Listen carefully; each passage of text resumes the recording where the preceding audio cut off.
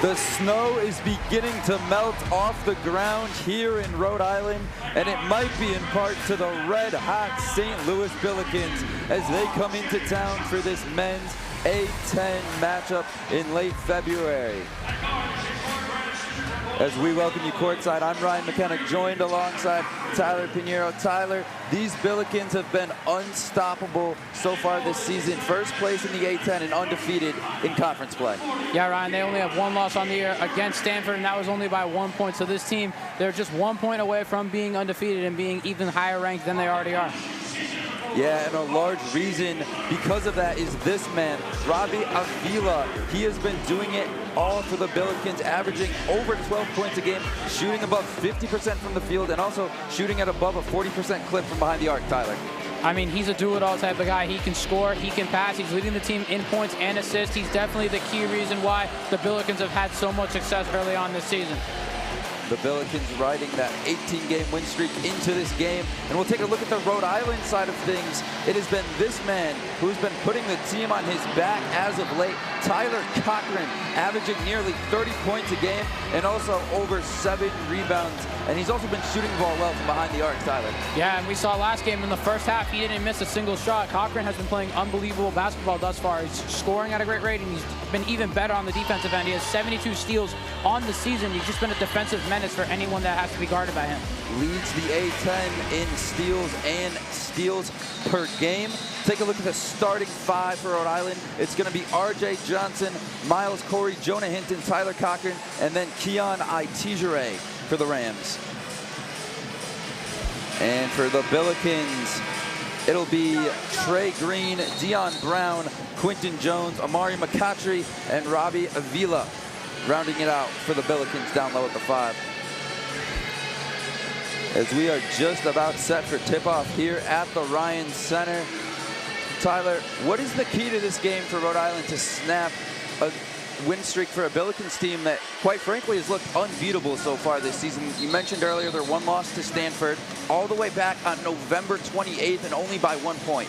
I mean, I think we all know what the main thing has to be. You have to shut down Avila.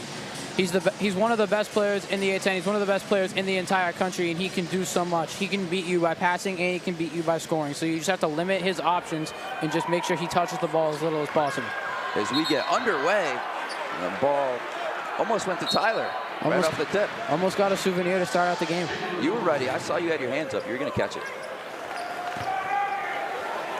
So St. Louis will start us off here. The number 18 team in the country in the AP poll. Avia, he'll pass it off. Jones going to work, trying to make something happen. He'll give it up down low, and a shot clock violation. So a very strong defensive possession to start off for Rhode Island. Take a look at Archie Miller here in his 4th season at URI. Previously at Dayton and Indiana, has 2 A10 titles under his belt. But the success hasn't come as easily for him at Rhode Island so far, Tyler. Yeah, especially recently. Archie coming off back-to-back losses to George Washington and Fordham. That Fordham one, Rhode Island led by as much as 15 at one point. A game where Fordham didn't have a lead until overtime. A game the Rams let slip through their fingers, looking to get a huge bounce-back win here against the Billikens at home. Corey will give it up. Now it's Cochran with it. He'll pass it off to Johnson. Itijere posting up Avila. He'll turn, fire, front iron, rebounded by Jones. Looks like the game plan is going to be to attack Avila, because the best way to not have him beat you is by having him foul out. So looking like they're going to try and get him in foul trouble early. And now it's McCautry driving baseline. He'll kick it out. 3 from Jones is good. Great play right there by the Billikens. And Jones just recently, Ryan, reached the 1,000 career point club in NCAA Division I. Jones shoots just under 40% from 3 as Itijere answers with a slam. That's the play you need to start the game for Rhode Island when you have a packed house like this. Ryan gets the gym bumping. McCautry gives it up. Jones top of the key. He'll hand it off to Green. Avila, his pass. That 3 no good by Green. Rebounded by Itijere. Hinton dumps it off. Corey drives, kicks back. Hinton loses it, but gets it back. Comes around off the screen. He wants a three, and he gets it! Jonah Hinton from downtown. He had 2 quick ones last game, Ryan. Now, seeing that first one going has got to be a big sign of confidence here for Jonah Hinton. Avila with a fake. He'll give it up.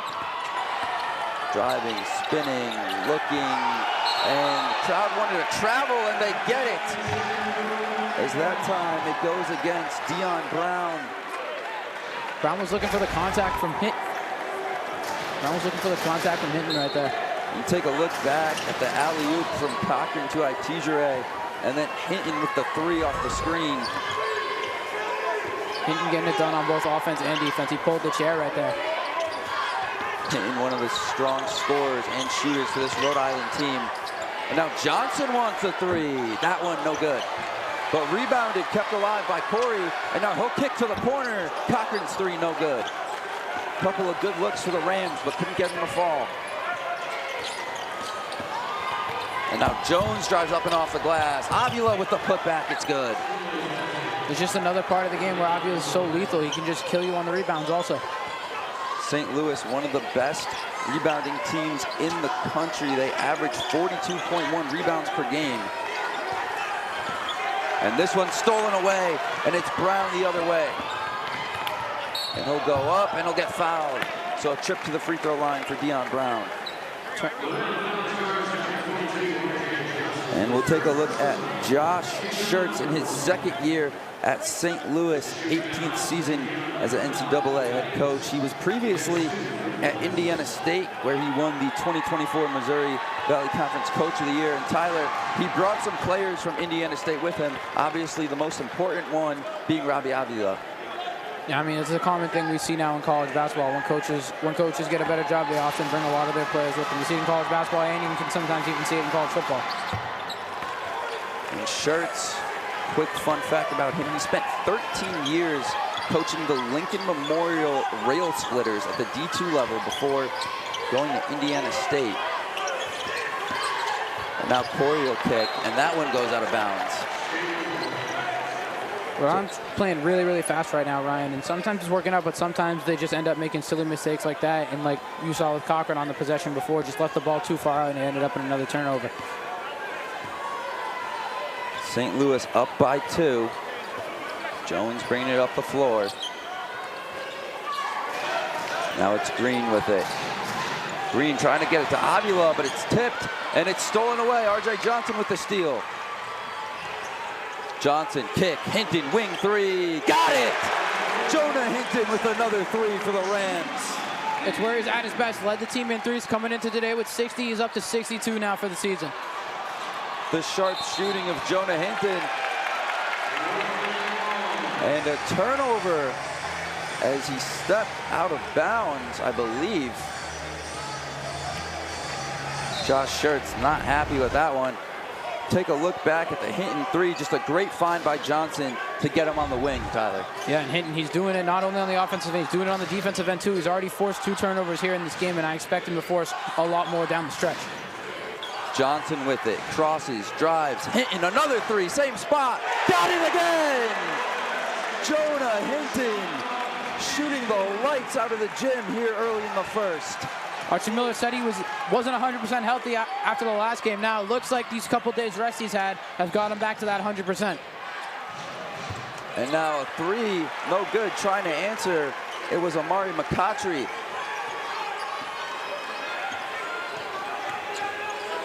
Johnson finds Corey in the corner. No good on that one, off the side of the backboard. And now McCautry gets it inside, but Cochran tips it. McCautry keeps it alive. Avila for 3, bang. Robbie Avila from the top of the key. You just forget about him. So many of these guys here on St. Louis, they're so fast, they love to run the break. You forget about the big man talent, and he's got that 3-point shot to him, shooting over 40%. As that one's tipped and goes out of bounds. And we'll take a quick break as the sharp shooting from both teams going on here in the first. Stay right here on ESPN Plus for college basketball. Welcome back inside the Ryan Center, where Rhode Island has a 1-point lead over the Billikens. It's also pink out night here in the fight against cancer in the Ryan Center. We're going to send it down to our man on the sideline, Jonathan Blair. Go ahead, Jonathan. Thank you, Ryan. Tonight is the first time a ranked opponent has come to the Ryan Center since March of 2020, when number 3 ranked Dayton made the trip up to Kingston. However, this St. Louis team is a completely different beast. They're now top 20 in the net, as well as placing 18th in this past week's AP poll, which is their highest mark since the 2013-14 season, when they placed 10th. Their 18-game win streak is the second longest active win streak in the nation, and if they were to win tonight and make it 19, it would tie them for the longest win streak in program history. Their magical season has brought them here to Kingston tonight, where they have their eyes set on making history. Back to you guys. Thank you, Jonathan. And this is a Billikens team that definitely has their sights set on making the NCAA tournament selection Sunday, just a little over a month away, Tyler. Yeah, and I think they have a little bit more in mind than just making the tournament. They definitely believe they have the ability to make a deep run in the tournament.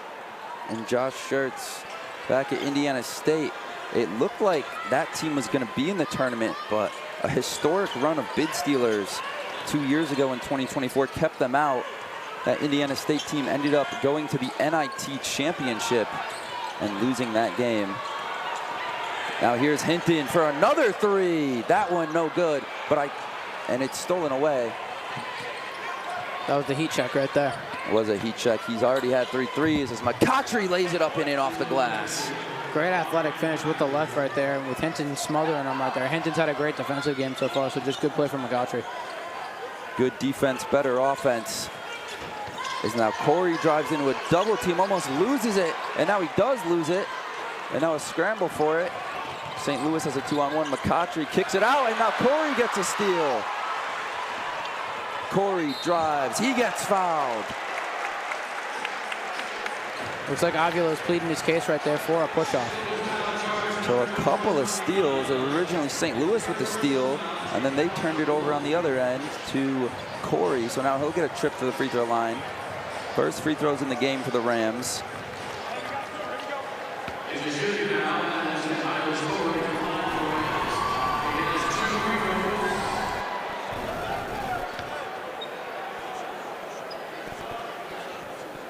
First free throw up and good from Miles Corey, who is a 73.4% shooter from the line. Substitutions now for both teams. St. Louis will make substitutions as Alex Crawford gets ready to check in. And also Jalen Harper for the Rams will come in as well.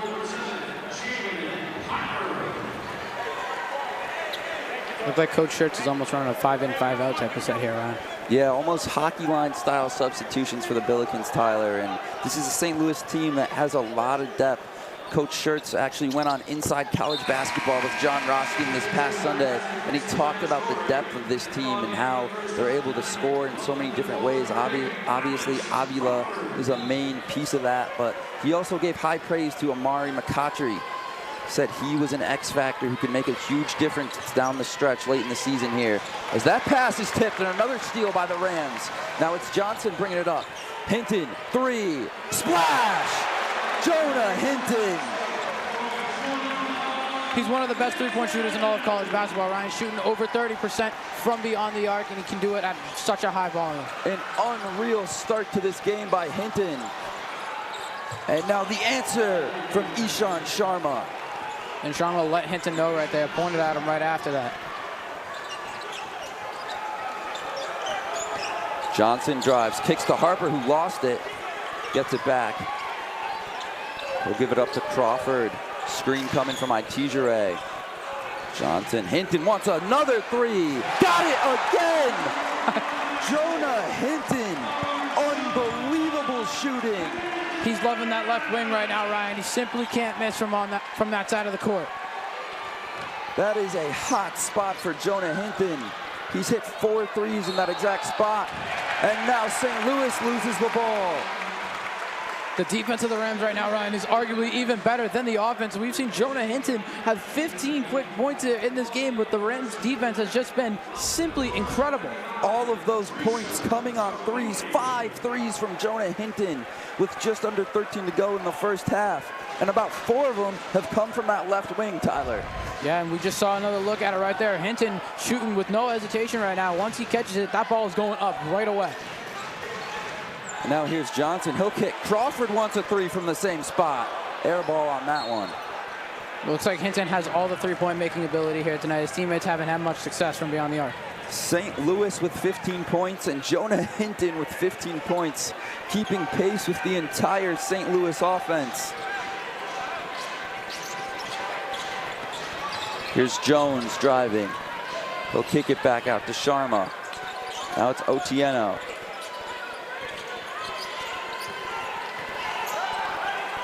Jones gives it up, dribble handoff. Here comes Sharma, who falls down. Crowd wanted to travel, and now there's a tie-up for it, jump ball, and the possession arrow favors the Rams. Looks like Sharma might have just got a flat tire on that one right there, running. Not exactly sure how he was able to stumble right there. Didn't get hit. Might be some sweat spots on the court. Yeah, he just fell down off the dribble handoff. No one touched him. So early mistakes here for the Billikens. Turnovers slowly starting to become an issue. And this is a team that's very uncharacteristic of them. Don't turn the ball over a lot. That's one of the reasons that they're on this 18-game win streak and undefeated in conference play.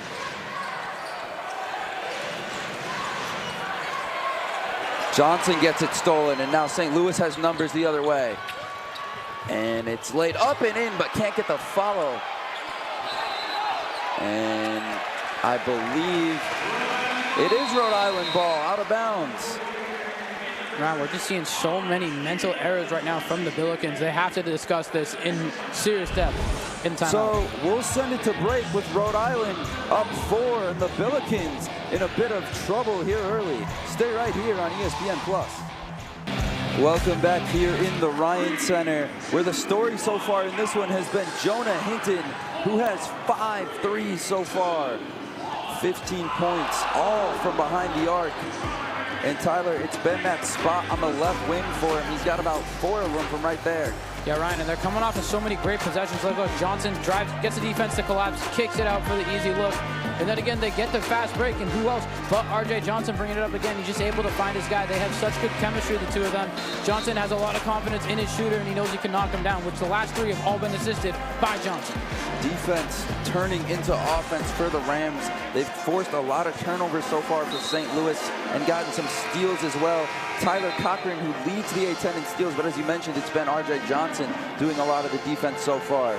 Yeah, Johnson, he leads the team in assists this season by over 30 assists. In most of these games that we've seen R.J. Johnson in, he's been coming off the bench. Johnson inserted into the starting lineup today. No Jameer Tripp for the Rams today. He's been a huge part of that offense, but scoring has not been an issue so far, obviously largely in part due to Jonah Hinton. Anytime you have 5 threes in 10 minutes, that's a good sign. Now Rhode Island struggling to beat the press there a little bit, but finally gets it in. So now Corey will bring it up for the Rams.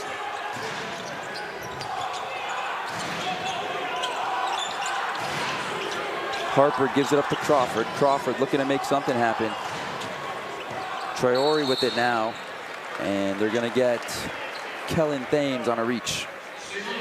Ryan looked a little rattled on that possession. Looked like the Billikens have put a lot more pressure on them because they've seen the turnovers that they've been able to cause Rhode Island to make. Rhode Island, they're outscoring them, but they definitely haven't had the prettiest offense. We've seen Cochran turn it over. We've seen Johnson turn it over. So St. Louis knows what they need to do to make adjustments, and now we just got to see it happen.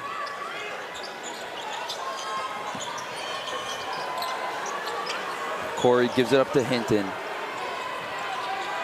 Now Traore. Harper on the wing, drives inside, can't get the layup, but the follow through is there by Crawford. Now he'll get a trip to the free throw line. It was a good Good drive right there by Harper, able to sneak his body in to try and scoop that one with the right hand, but even better positioning by Alex Crawford to seal his man and sneak in there to get the putback and the foul.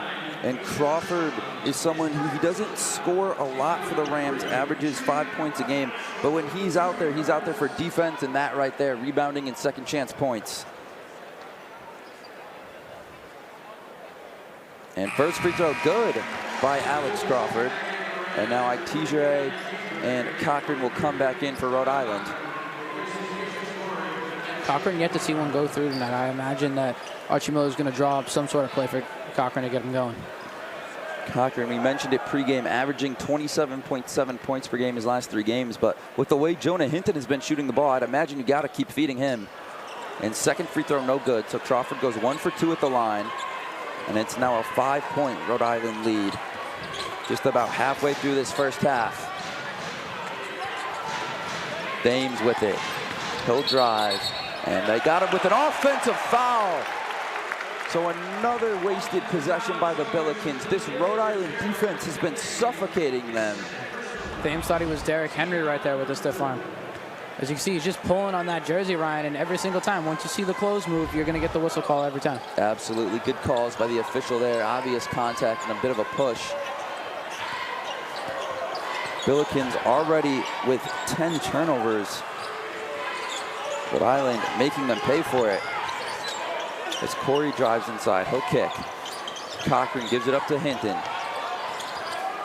Top of the key, ISO, he'll pull up. Tough shot, gets it to go. Hinton has such a quick release too that you have to guard him up there in that Steph Curry range type of area, and he's just so fast off the dribble that he's still going to beat you when he goes inside. Those points for Hinton are the first out of his 17 points that have not been from behind the line, and another turnover. St. Louis playing extremely sloppy to open this first half, and Josh Schertz knows it. The Rhode Island bench definitely letting them hear it. Every single time we've seen a turnover, every single guy, whether it's a coach, manager, or player, have been standing up and clapping. And this is a position the Billikens don't find themselves in a lot. Down 7 here early, so used to winning and winning pretty convincingly. Hinton, another 3, in and out, but Cochran gets the rebound. Hinton kicks it out. Cochran wants a 3, no good. And Crawford got a hand on it and a foul.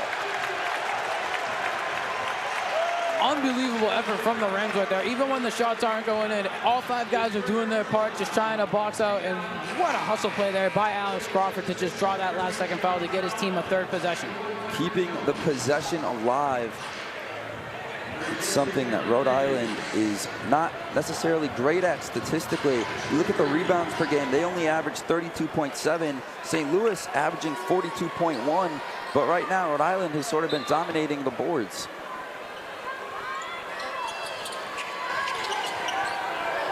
Cochran gets it stripped, but right to Corey.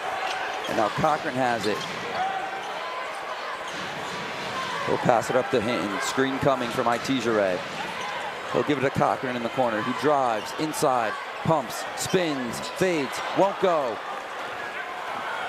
Now it's St. Louis the other way. Brown brings it up, working on Corey. Brown posts up, inside, spins, gets it, and the foul. Great move by Brown right there. He just saw how aggressive Corey was playing that weak side, so he knew if he spun quick enough and just was able to get the shot up, the foul was going to come. Good job by Brown to finish through the contact here. Just post, spins, and able to finish through it. Right there, Ryan, he could feel Corey's left hand right there on his back arm, so he knew if he got there, the foul was going to be the result. Good job by Brown, and he hits the free throw to finish the 3-point play. Brown only 6'3", $180, so not the biggest person, but does a good job of finishing through the contact there on Corey. Hinton with it. He'll kick to Corey on the wing. Now Itijere down low, trying to post up Avila. Now back out to Corey. Corey gets double teamed. Shot clock down to 8. Rhode Island's got to hurry. Corey drives, spins, goes up with it off the glass, and gets the and one. Miles Corey said, anything you can do, I can do better. He saw he gave up an and one on the defensive end, goes and gets one of his own right here. And take another look at it here. Corey spinning, faking, and finishing off the glass. And he's fired up. Looking like he's been getting some work in with Hakeem Olajuwon. Nice dream shake right there. Textbook post work. So Hinton will come out for the Rams, some substitutions, as Johnson will come in now. And Corey hits the free throw. And Ryan Hinton got a much-deserved standing ovation from this Rhody Ruckus crowd. An unbelievable start to this game by Jonah Hinton. So now here's Avila. He'll give it up to Jones. Jones drives inside, loses the ball, but gets it back. Now Avila wants a three, and he got it. Robbie Avila from downtown. Avila's doing such a good job of playing so well off the ball. He's usually a very ball-dominant player, getting his teammates involved and running in that high post area, but he's doing so good letting his teammates run the offense and them just finding him to get open. So now a 4-point game. You look at the Billikens, 41%. And now here's a corner three from Cochran that won't go. Rebounded by Brown. Cochran struggling to find a shot yet tonight. Still hasn't seen one go down. Very uncharacteristic start to this game for him. Now here's a drive inside, but a block. But they got Crawford with a foul. Looked like Dunlap hit the deck pretty hard right there. I thought Crawford was going to get that one cleanly. Looked like he might have got a little hand. And we'll take a look at the Avila three here. And he is one of the best sharpshooting big men in the country, if not the best. You mentioned it, above 40% for the big man, Tyler. Yeah, and hasn't missed one yet from long distance, 2 for 2 so far tonight. 8th in the A-10. Dunlap's first free throw is good. So now it's a 3-point game, and Jalen Harper will come in for Rhode Island. Dunlap spent 2 seasons at St. John's, where he received some playing time. He used a red shirt last year, and his second free throw is up and good. And now more substitutions as McCautry will come back in for the Billikens, and Dunlap will get a rest. Look, Dunlap was blowing some kisses towards the Rhode Island bench after those 2 free throws. Yeah, played in the Big East. Those conference games can get chippy. Specifically, the most recent one where St. John's is at Providence, and here's the steal by Avila. And now it's Jones. He's driving inside on Crawford, gives it back up. Avila kicks it to Jones. He gets it down low to Brown. Now McCautry down low, and they don't call a foul. And we'll take a quick break as this one's tightly contested so far. Stay right here on ESPN+. Welcome back inside the Thomas M. Ryan Center here in Kingston, where Rhode Island is up 2. And it would be by a lot more if it wasn't for this man, Robbie Avila. Tyler, he has been doing it all for the Billikens. Yeah, Ryan, but funny enough, it kind of seems like this might have been the strategy Rhode Island wanted to play with Avila. Make him score the ball more. Obviously, he leads the team in points, but right now, 0 assists for Avila. He's usually the top assister on this Billikens team, and right now they're not letting Avila run the offense at all. They're just giving him shots. Yeah, and he's been punishing you for it. 2 for 2 from downtown so far for him. He shoots the ball well, but the three-point shooting has come at a high clip for the Rams as well. Jonah Hinton, obviously with his 5 threes, has been a huge part of why the Rams have this 2-point lead. Yeah, I mean, Hinton, Rhode Island's thanking themselves very much. They were able to get him from St. Bonaventure this offseason. A great pickup in the transfer portal. Good job by Archie Miller and his staff. And Sharma shot the 3, and they got a foul. Looks like they rung up Avila for the illegal screen right there. They got Avila, like you said, on the illegal screen. I think he was moving. I don't think it was fully set there. And the turnovers in this game, St. Louis now with 11 and Rhode Island with 5. So that becoming a growing issue so far in this game for St. Louis. Here's Johnson, he gives it up. Hinton, got it! Who else? Jonah Hinton. Hinton, plain and simple, he's on another planet right now, Ryan. He's simply not from Earth. Some of the best shooting you will see already with 6 threes and 7 minutes to go in the first half. He's on a historic pace, Tyler. And here it is again, Ryan. Such a great job drawing the defense into the paint, and they just forgot about the most effective player for Rhode Island. Just gave Hinton his 6th of the night. I'm not exactly sure how he got that wide open with the amount of threes he's hit in this game, Tyler. Sometimes you just lose track of who's on the court. And Rhode Island doing a lot of drives and kicks so far in this game, and it's been working. They're shooting 6 for 14 from 3. All those threes from Jonah Hinton. Here's Sharma with it. He'll pass it up. Avila with it. Now Jones for 3. No good. And the rebound can't get corralled. And now McCautry goes up with it, and he gets fouled. Corey got him when he first stepped into the paint, so Corey right there just tried to make sure he had no shot at making that, so he went up and just blocked that one away. And that is Corey's 2nd foul, so that's something to keep an eye on. And this is a team, Tyler, that really can't afford to get into foul trouble. They're already running thin, running a 7-man rotation for the most part. Yeah, you mentioned Tripp was out, but another guy that they lost for the entire season is Mohamed. So they brought him in thinking he was going to be a great bench piece to pair along with Itijere, but early in the season just went down with an injury, and they're going to miss him the rest of the year. And with So out, Itijere is really the only big this team has, and he has to also do a good job of not getting in foul trouble. And both free throws good. So 3-point game here. Rhode Island up by 3.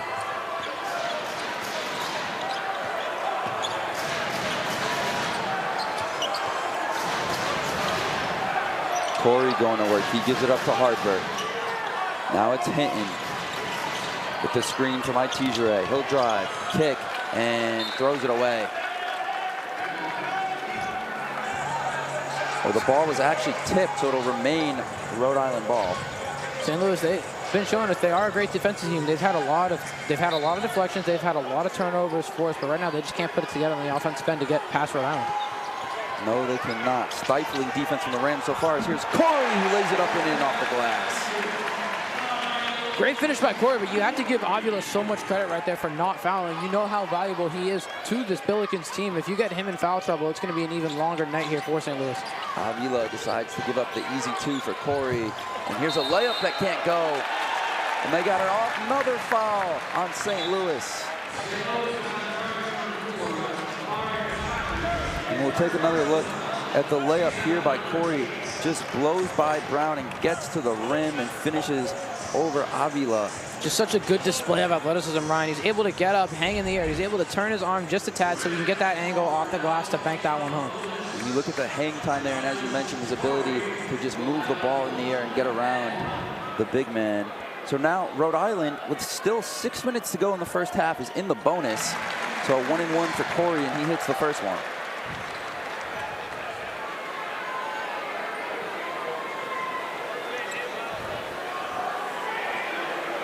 And now the ref is talking to McCautry as they're discussing something. And here's Corey's 2nd free throw, and he gets a friendly roll off the rim, so he goes 2 for 2 at the line. You got to imagine McCautry doesn't agree with that over-the-back call. Haven't gotten a lot of calls going their way tonight for St. Louis, so it's pretty clear why they're frustrated. And frustrated to be down 7 points as well, and a potential upset in the works here. Still a lot of ball to be played.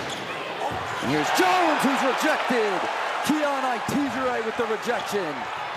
And now it's Harper the other way, but he can't get it to go. But Cochran keeps it alive, but it's stolen by Sharma. And they got Hinton on a foul. And had so much momentum coming down on that play right there. Just couldn't finish that one up. Harper got a little excited there going in for the layup. And we'll take another look here at the block by Itijere. Just an absolute swat off the glass. Looked like he could have got up and touched the top of the shot clock with that one. And here's Sharma with a 3. Can't get it. But the rebound is by Brown, and now it's Jones. McCautry. Avila. Posting up Itijere. And Hill can't get it. And now it's Rhode Island the other way. Here comes Corey. He'll kick. Harper, 3 from the wing. No good. And Cochran keeps it alive, and so does Harper, but it's stolen regardless, and now St. Louis has a 2-on-1. And McCautry finishes through the contact for an and one. That was a really scary play right there by McCautry. He was so close to losing control of that ball. You saw it dangle a little bit in his hands. And take another look here. Cochran does a great job to save it, and then Harper does a great job to save it, but then it gets picked off, and McCautry does a good job here of doing what he does best, finishing through the contact. McCautry, the 6'6", 205 sophomore.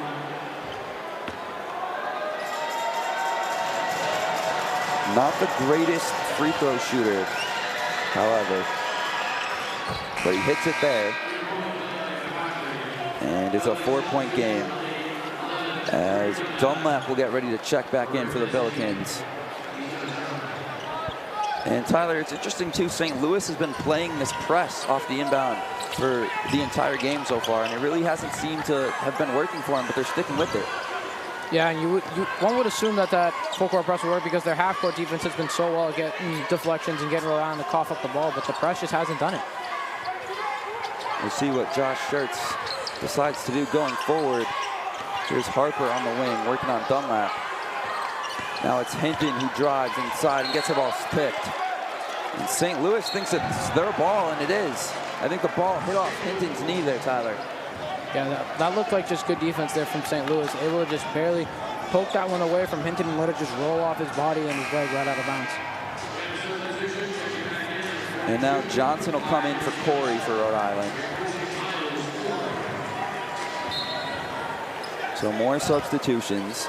Just under 5 to go here in the first half. 4-point game. Rhode Island trying to pull off the upset against the number 18 team in the country. And no whistle there, so another turnover. That was just great defense by Johnson. He just poked that one clearly. He saw Jones bring it down, and then he just stuck his hand in the cookie jar and knocked it away.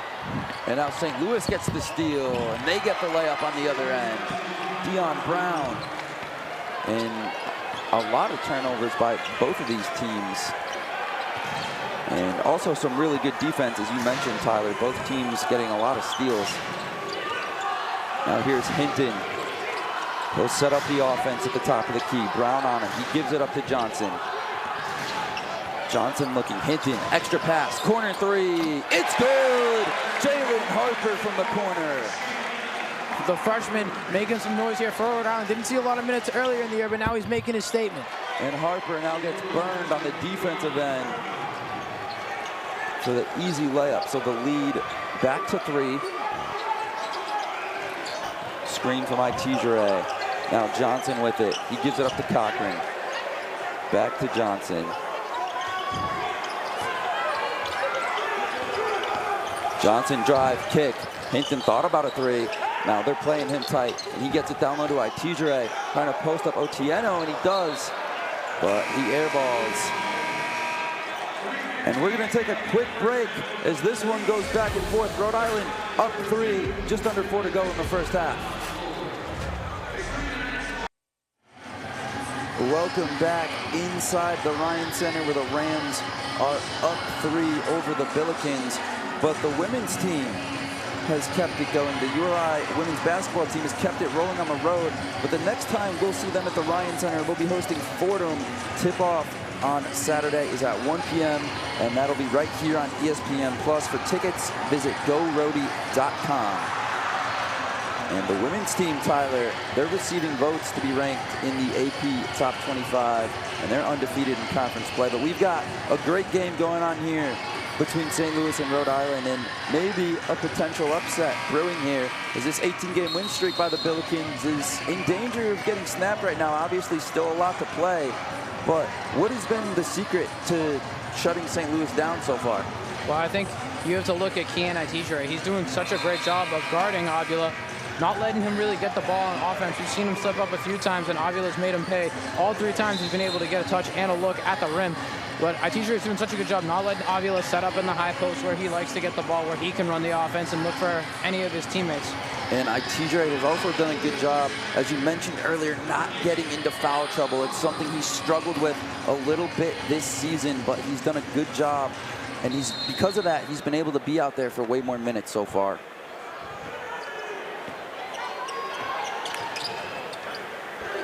Here's Dunlap with it. He'll give it up to McCoughtry. McCoughtry working on Hinton. Gets him to jump, and the ball's stripped and stolen away. Jonah Hinton's having such a good game on offense, but he might be having a better game on defense. Jonah Hinton doing it all, and here is Hinton. Of course! Why not? 7 threes for the guy, Ryan. Just simply unbelievable, and we're not even halfway through the game. Jonah Hinton putting up historic shooting numbers tonight in the biggest game of this Rhode Island season. And here's a block. And now Rhode Island has it the other way. Johnson gonna set up the offense.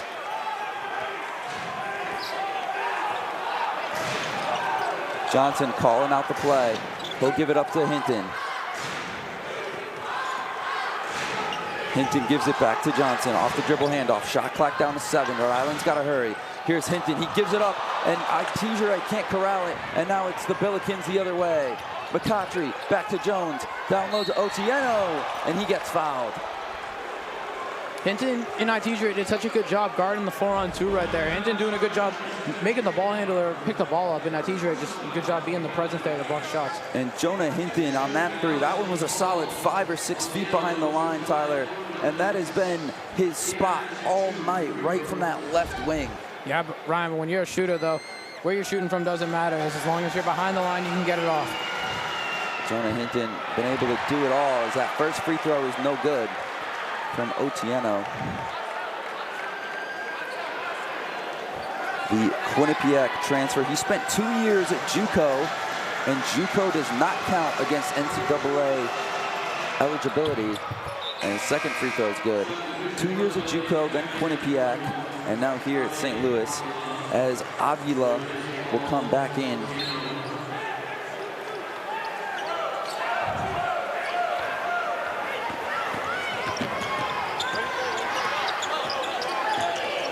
Johnson being guarded tightly by Brown. He'll give it up.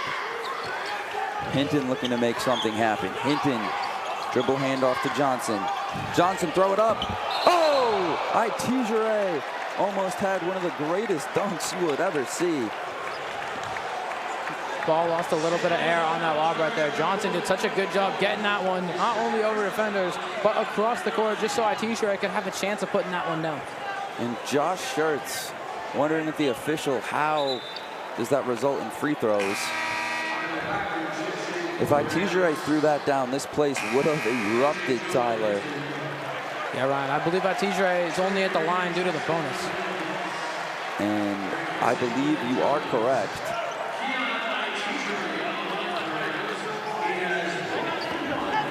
So it's a 1-and-1 for Teaser here, who's not the best free throw shooter, but he gets the first one to go. Teaser shoots 64.5% from the line so far this season. But a good job to get that first free throw.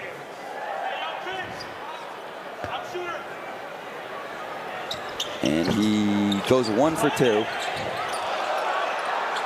And while Teaser doesn't shoot the ball well from the free throw line, Tyler, he does shoot the ball well from the field, leads the A-10 in field goal percentage.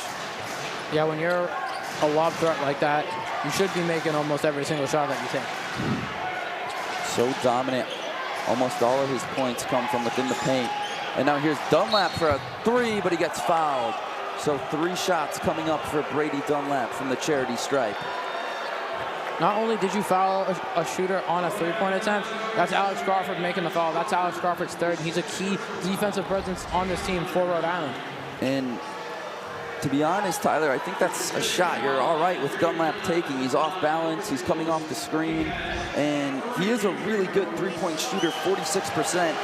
But as you mentioned, Crawford cannot afford to get into foul trouble. Yeah, and it looked like Crawford kind of just swept the leg right there. Dunlap had a good look at the fadeaway, and Crawford just came across a little too late and knocked him by the legs, and it was enough to get the foul call. Dunlap misses the second one. So a good foul by Alex Crawford in terms of points, you could say.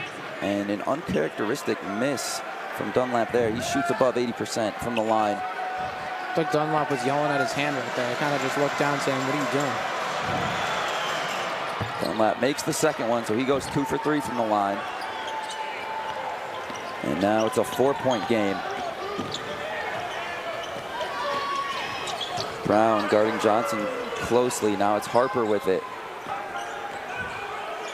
Back to Johnson, top of the key. He passes off to Cochran. Cochran gives it down low to Crawford. Crawford puts it up and gets it to fall. Great post work there from Alex Crawford. You don't see him making a lot of those shots, but it's good to see one go down for him. Alex Crawford getting that one to fall, and now increasing the Rhode Island lead to 6 with under a minute to go here in the first half. Tyler, I don't think a lot of people expected this result this close to the halftime. Yeah, I mean, Rhode Island, they haven't missed a beat. And the craziest part about this is they're doing this with their best player, Tyler Cochran, not even having a single point yet in this game. Tyler Cochran leads the team in scoring, and I think a lot of people would have expected him to have a lot to do with that so far. You take a look at the A10 standing so far. St. Louis atop, obviously perfect in conference play. VCU right behind them at 11-2, and then George Mason, Dayton, Duquesne, St. Joe's, and Davidson. And Rhode Island currently in 9th place in the A10 at 5-7 in conference play. They're 14-11 overall, right ahead of Fordham. And Tyler, this Rhode Island team coming off of a game that they really let slip through their fingers. They lost in this building on Saturday to Fordham, and Fordham didn't have a single lead in that game until overtime. And this would be a huge bounce back win after losing a game like that. Yeah, they could go from losing their seeding to potentially really boosting their seeding. And the bucket there from Dion Brown cuts it to 4. Now it's Cochran with it. Driving inside on Dunlap. He'll kick to the corner. Harper gives it up to Crawford.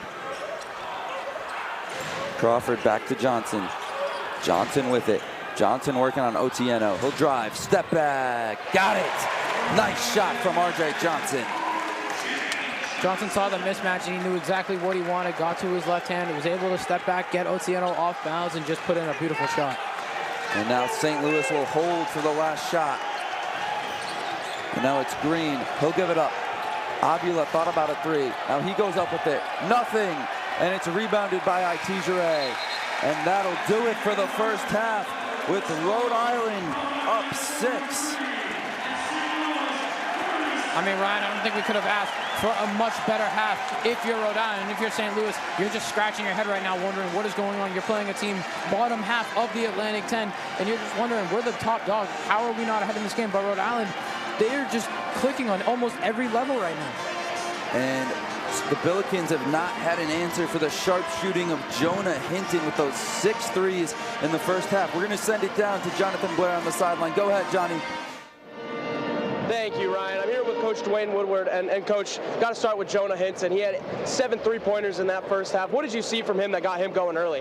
Listen, the ball was moving, and when you play with energy, the ball seems to find him. He's been getting good looks. He hasn't been able to put the ball on the floor, and the other guys, his teammates, has been giving him open opportunities. And defensively, you guys forced 13 turnovers against one of the teams that is among the best in allowing turnovers offensively. What did you see from your defense that allowed you to generate offense on the other end? Listen, we wanted to come in here aggressive. We wanted to be in here with intensity, and our guys stepped up to the plate this first 20 minutes, and they're playing hard, they're playing with intensity, hands are active, and we're playing really good on the defensive end. Thank you, Coach. Good luck in the second half. Thank you.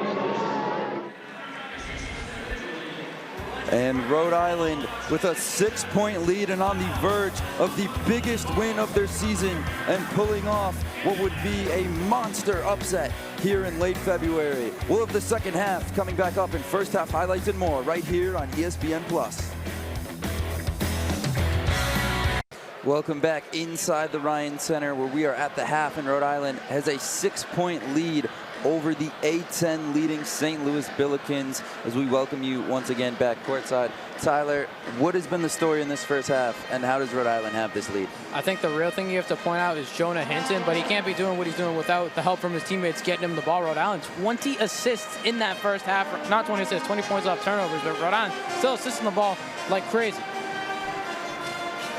And take a look at these first half highlights for the Rams. And as we've mentioned, it's been a lot of Jonah Hinton, but Keon Itijere doing it there off the alley-oop And here's Hinton just lights out from downtown in that first half on a historic pace. Yeah, Ryan, he put up 7 threes. Rhode Island, their defense was probably just as good as their offense right there, creating so many turnovers and getting the 20 points off turnovers. It's Hinton able to just cash out again right there on the 3. And it's been a lot of drive and kick, and they've been leaving Hinton open, and he's been making them pay. But still a lot of basketball to be played, and this St. Louis team so good at what they do, Tyler, and they can get red hot in any moment. Yeah, Ryan, and one thing Rhode Island's doing great too is they're doing such a good job of shutting down Avila. Itijere is doing a stellar job on him. He's only given up 3 shot attempts here for Avila so far. He's made all 3 of them, but they're doing a great job taking him out of the game and making other players beat them. Avila has been relatively quiet. He has 8 points and 2 threes to go along with it. So he is making an impact, but as you mentioned, Itijere done a really good job of limiting him and also limiting him in terms of assists. 0 assists so far for him, and he averages 4.4 a game.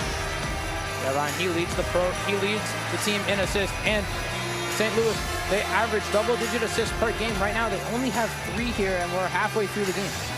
And the turnovers, as we mentioned as well, have been a huge factor in this one. St. Louis with 13, extremely uncharacteristic of them. They average 12.2 a game, so already over their average for an entire game in just the first half. And Rhode Island has been taking advantage of it. The points off of the turnovers, as you mentioned, 20 points off turnovers. Hard to win a game when you're turning the ball over that much. Yeah, and a lot of those turnovers, funny enough, have come from Jonah Hinton. He's made so many small plays on the defensive end, whether that's just pulling the chair, putting his hand in the passing lane or the dribble lane to just force a loose ball. Hinton's been so good on offense, but you could say he might be having a better game on the defensive end when you look at the box score. And we'll take a look at the stats here. Rhode Island leading in just about everything: assist, field goal percentage, 3-point field goal percentage, turnovers. And we'll send it to break with the second half coming right up here on ESPN+. Welcome back inside the Ryan Center here in Kingston, Rhode Island, as we are just about set for the second half of this one. The student section amped up, and the Rams are on the verge of pulling off a huge upset, taking down the number 18 ranked St. Louis Billikens. A-10 leading on an 18-game win streak, and it is in danger right now of being snapped. Yeah, Ryan, I mean, Rhode Island, they played almost a perfect half right there. They did such a good job of limiting Avila, which is obviously a huge thing, not letting him get as involved in the offense. But Rhode Island's defense in general was so good, forced so many turnovers, so many points off the turnovers as well. That Rhode Island defense going to need to have another strong second half here. And here's a 3, no good. Rebounded by Cochran. And now it's Johnson bringing it up the floor. Johnson drives, kick, Corey with it. Corey takes it inside, spins, goes up with it, can't get it. Corey thought he was a little better positioned right there to try and just lay that one in, but pushed it too far left. Now it's McCautry. He gives it up to Avila. Avila gives the screen to Jones. Back to Avila. Trying to post up Itijere. And he goes up and he gets fouled. So he'll get a trip to the free throw line. There's Avila doing what he does best. Looked like St. Louis coaching staff in the huddle was like, we need to get Avila more involved right there, and they're doing such a good job attacking Itijere. That's Itijere's first foul of the half, so he's still got 4 more to play with here. But if you get Itijere in foul trouble, it's not going to be a good look if you're Rhode Island. Yeah, we mentioned that briefly in the first half, how he's been able to stay out of it. Avila, first free throw, up and good.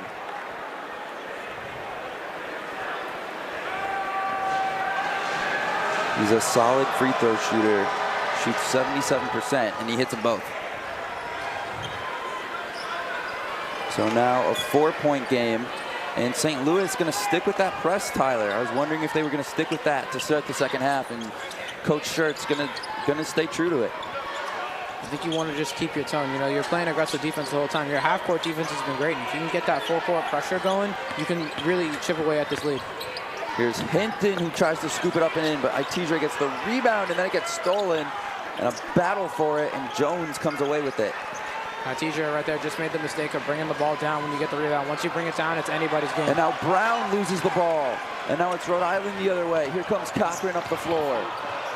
And he finds Hinton in the corner. Of course! Jonah Hinton cannot miss. Cochran just stood up after that saying, yeah, I meant to do that. Hit the deck, but he's somehow able to get it over to Hinton just for another highlight play. Get the ball in his hands any way you can. Jonah Hinton.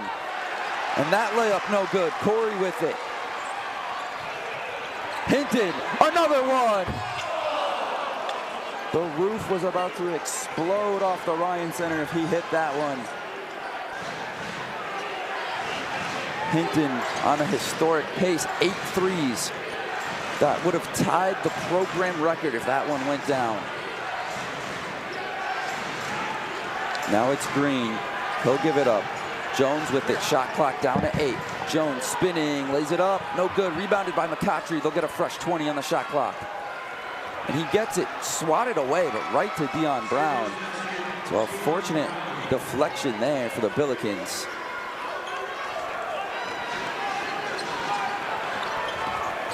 Here's Cochran, who drives inside. And he'll go up off the glass. A lot of contact, but no whistle. Cochran wanted a foul. And now St. Louis throws it away. That Rhode Island even doing so good, but Cochran just looks visibly frustrated right now, Ryan. Take a look back at this Hinton 3 in the corner. A great pass by Tyler Cochran. Not entirely sure if it was intentional or not, Tyler, but looked like when he got fully horizontal, he knew what he was doing. He was just able to sneak that one in with the left hand. And Jonah Hinton with that 3, a new career high, and still 17 minutes to go in the second half. Just an unbelievable night for him. As he gives it up to Johnson. Johnson curls inside, steps back, pulls up, gets it to go. Nice shot there by R.J. Johnson. He's such a good mid-range shooter, and when he's able to get to his spots, he's very lethal. McCoughtry gives it up to Avila. Avila curling inside, and there's another foul on Itejere. So 2 quick fouls now on Itejere after he didn't have any in the entire first half. And you got to wonder if Archie Miller's going to take him out of the game now with those 2 quick fouls. Looks like we're seeing Teresa Traore come up to the scorer's table, and usually when he's coming to the game, he's usually replacing Itejere. I think you are right, Tyler. I think Archie Miller going to listen to us here and pull him. First free throw by Avila up and good. And just as we expected, Traore does come in for Itejere after he picked up 2 quick fouls. Cannot afford him to get in foul trouble. Crawford has a couple of fouls as well. Avila's second free throw's good, so he goes 2 for 2 at the line.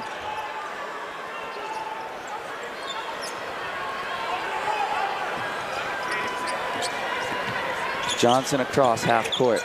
Johnson kicks to Corey.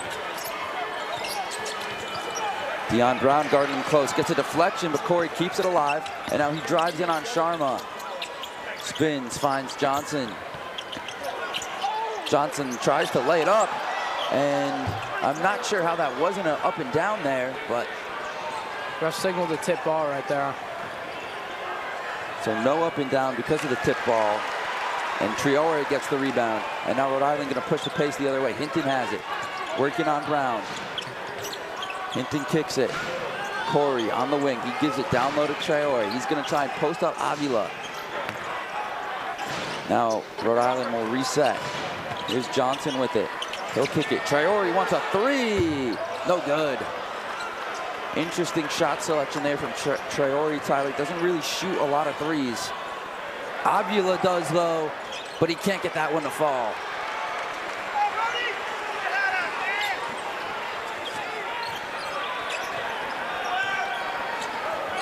Johnson with it. He crosses, throws it away to Sharma, was looking for Hinton, miscommunication, and now an easy layup for Brown on the other end. Right there, it just looked like Johnson's controller dad, Ryan. Just didn't really know who he was throwing that one to there, just left it a little short. Just miscommunication and an easy layup on the other end for the Billikens. Now a 3-point game. That lead starting to dwindle for the Rams. Shot clock down to 8. Rhode Island's got to hurry here. They're guarding Hinton close. He gives up to Johnson. Cochran from the corner gets the 3 to fall. His first points of the night, Tyler Cochran from the corner. And that just might be what Cochran needed here to really take over this game. And we mentioned how he didn't score in the first half, but not really a need for it when Jonah Hinton's been shooting the lights out. And a foul on Rhode Island. And we're going to send it to break as we've got a good one here in Kingston. Stay right here on ESPN+. Welcome back here in Kingston, where the Rams have a 6-point lead over the Billikens with 14:34 to go here in the second half. And Tyler, you can feel the energy in this building starting to build up. They can sense a potential upset in the works. Yeah, and I think so much of that you have to give thanks to Jonah Hinton for that. He's just simply reached a new tier of excellence so far here tonight, Ryan. He's given these fans a lot to cheer about with his historic shooting in the first half from downtown. A new career high for him already in this one, and still plenty of ball left to be played. So St. Louis will inbound into their own basket. Sharma gets it in the Brown. Now Sharma wants a 3 and gets it. Ishan Sharma with a tough pull-up from behind the arc. He's had a couple of those here tonight, Ryan. He's such a good, difficult shot maker. Ability to make shots off balance, what makes him such a good player. Now it's Harper driving on Dunlap. Harper goes up, and he'll get a trip to the free throw line. Great job with Harper right there, getting to his left and just trying to bank that one home. As we'll take another look at this 3 here by Sharma. Just gets it, coming off the screen, rises and elevates right away. So good off the catch and release. Just such a hard shot to contest right there too, Ryan, and most of the time it will end up in a foul, and we even saw him hit the deck. And first free throw is up and good from Harper. Harper, a relatively good free throw shooter. Not a lot of free throws so far this season. Those were his 18th and 19th attempts. Doesn't get to the line a whole lot, but he goes 2 for 2 there. And it's a 5-point Rhode Island lead. Now here's Sharma again for 3. Got it! Back-to-back threes for Ishan Sharma. Sharma doing his best Jonah Hinton impression right now, Ryan, with these threes. Absolutely, those two have been shooting unbelievable from behind the arc in this one. And a big reason this game is so close, as the layup there, no good, and it's rebounded by Brown as he pushes the pace the other way. Brown with the layup, gets it to go. Dion Brown with the coast-to-coast. Now we're tied, Ryan. You can finally start to feel the momentum swinging in the way of the #1 seed in the A-10. Every possession at this point feels so crucial for both of these teams. Both of these teams playing for so much late in the season. These important conference games. Jalen Harper with an and 1. The freshman making an impact here in this game, Ryan. Jalen Harper playing with no fear at all. What a finish there with the left. You can see Hinton just hits him on that cross-court pass, and he just goes right in, attacks the gap, and scoops that one up with the left. Harper just gets the ball and goes right to work. And he's making an impact in his limited playing time. 7 points in just 12 minutes for him. And substitutions now for both of these teams.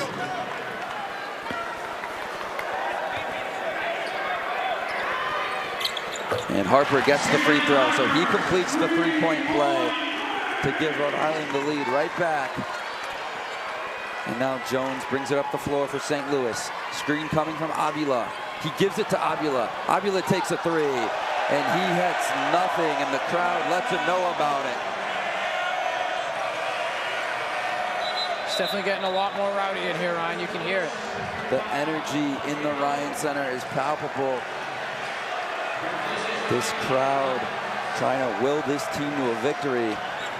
And Avila actually comes out of the game after that miss. Very uncharacteristic for him. Such a good 3-point shooter. Here's Crawford with it, working on Sharma. Now to Harper. Harper drives inside. Harper fakes, kicks, Now Johnson. Johnson goes up for the layup and gets it to go. Great move in the air by Johnson. Great hang time, but even better control there by Johnson to switch to the left midair and still be able to put that one in. Now Jones gets it into McCoughtry, but he can't finish the layup. A wide open look, but McCoughtry smokes it. The momentum starting to shift in the Rams' favor. And now Hinton gives it down low to Crawford. Crawford goes up with it, and he's rejected. The crowd wanted a foul. The play continues. And now here's a steal. Hinton all alone. Pump fakes. Kicks it out. Johnson, he'll take a three. No good. Otieno with the rebound. Now it's McCoughtry working on Harper. Size advantage here for McCoughtry, and he goes to work. Gets it inside and goes down hard. And they get him with a foul. And realistically, Ryan, that possession shouldn't even have happened. Hinton had a great chance at a fast break and just passed it up. And we'll send it to break here. Stay right here for the conclusion of this one. Welcome back to Kingston, Rhode Island, where the Rams have a 5-point lead with just under 12 minutes to go here in the second half. And Ishan Sharma has been keeping the Billikens in this one with his three-point shooting, Tyler. Yeah, he's shooting over 43% from behind the line, and right now he's been killer in the second half. Has two big ones here, and he's a difficult shot maker, so look for St. Louis to drop some more plays for him right now if he's got the hot hand. Those back-to-back threes, able to cut the lead, mitigate the deficit for this Billikens team. And you have to wonder how much nerves the Billikens have when they haven't been in a position like this, Tyler, in a long time, and they're just not used to playing from behind. Yeah, this is definitely an unusual feeling for them. They're used to winning by at least double digits and having the game over halfway through the second half. An interesting stat here, the Billikens points per game, 90.8. Their opponent's points per game, 67. So their average margin of victory is just so dominant. As McCoughtry misses the first free throw. And you gotta wonder if the crowd starting to make an impact here. McCoughtry shooting right into that student section. Not the best free throw shooter either, just shooting 57% from the line. Goes 1 for 2. So now a 4-point game. Johnson gives it up. Hinton looking to make something happen. Back to Johnson. Johnson driving inside, goes up for the layup, but gets rejected. But Itijere keeps it alive, but it's stolen. And now it's Thames going the other way. Thames with the layup, and Crawford rejected it, but I think they got him on a goaltend. Yeah, it looked like that one just hit the backboard first, and Crawford just a half second late right there from getting a highlight play. And we'll take another look at it here. So Itijere tries to keep it, and then Thames gets by. And yep, just like you said, Tyler, goaltend. Crawford just a half second late. Good job by Crawford to avoid fouling there. He's got to stay out of foul trouble. The injuries to this Rhode Island team, you mentioned no Mohamed Sow for them. Itijere and Crawford, the two bigs, and here is Crawford, who had a chance at an and one, but he'll get a trip to the free throw line. Crawford hasn't had a lot of shot attempts tonight, but he's making the most of his possessions when he's actually able to get the ball. Had a nice little turnaround fadeaway in the first half, now doing a good job getting downhill and getting to the free throw line. He's not the best free throw shooter, but you never know, it could go 2 for 2. Couldn't agree with you more. If you're St. Louis, this is the person you want at the free throw line for Rhode Island. 1 for 2 would be a good trip for the line to him here. And he gets the first one.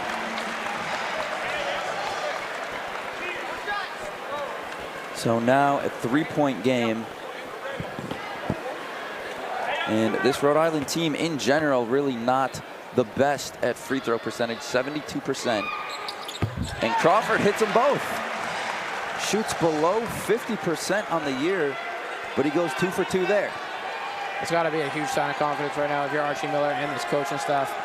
Seems like everything is just going Rhode Island's way, Tyler, and that's why they're in this position. Here's Sharma again. Can't get it. Rebound by Itijere.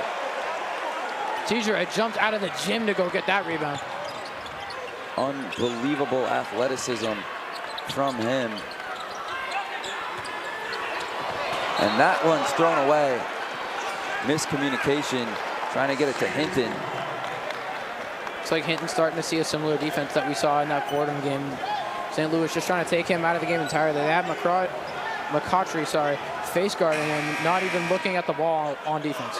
They're playing him so tight, and if you notice on the screens, they're going over. They're not going under on Hinton. They were doing that in the first half, but he hit so many threes, he's forced them to play tight, and he hasn't really been able to do anything in the second half, but it's been the other players for the Rams who have been able to score because of how much attention Hinton is getting.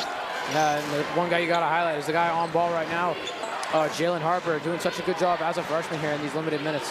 Jalen Harper with 8 points already, only 15 minutes, making his time on the floor be impactful. Here's McCautry. McCautry goes up, gets fouled, and can't finish the and one. That would have been an unbelievable continuation shot there. And that's a part of the good defense I was saying that Hinton has been playing all night. Just stuck his hand in there, trying to just draw that one loose. Just gave up a little too much contact there, and he was able to get the foul call. And that's a good foul if you're Jonah Hinton. You want to send McCautry to the line. Only shoots 57%.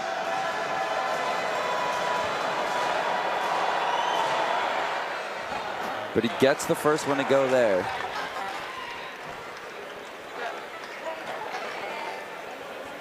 And the Billikens now with a 3-point deficit, so back to one possession.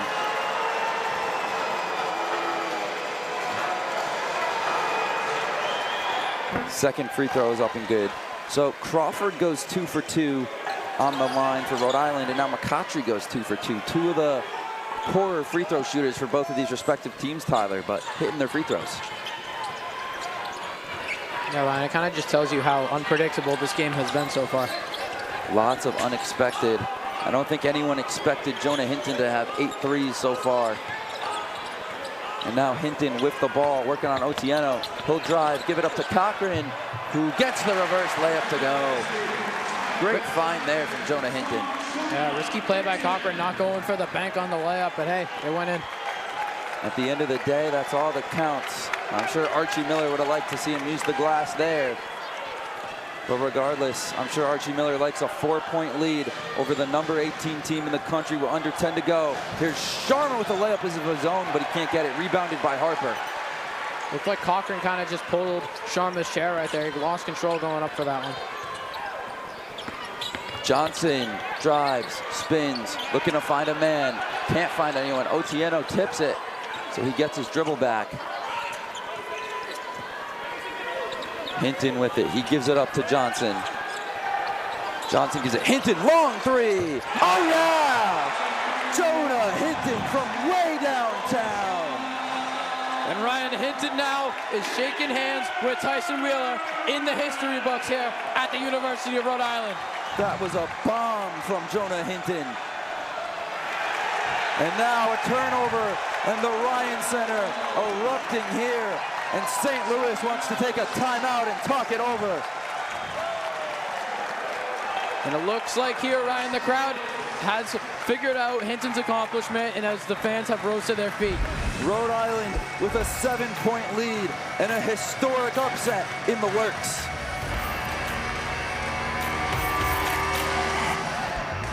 Welcome back inside the Thomas M. Ryan Center here, where we have had a great game up to this point. Rhode Island with a 7-point lead. The crowd amped up, trying to cheer on their Rams to victory. And just a great night here, Tyler. Pink out night, Greek night, honoring fellow student athletes who have made Dean's List in their respective sports. So a lot to celebrate here, and there will be a lot more to celebrate in 8 minutes and 48 seconds if Rhode Island can hold on. Yeah, but Ryan, this game very much far from over. St. Louis, they're the #1 team in the Atlantic 10 for a reason. They can certainly come back. And Rhode Island has had problems defending home court. We mentioned the loss to Fordham on Saturday. They've also lost to LaSalle, Loyola, and Hinton. That three was for the program record from the corner. And now the ball's not tipped, so it'll be a backcourt. R.J. Johnson is beside himself and insisting that Jones hit the ball. We'll have to see if Archie Miller decides to use a challenge here. And now they overturn the call. And now Quentin Jones is going to Josh Schertz saying, use your challenge, I didn't touch it.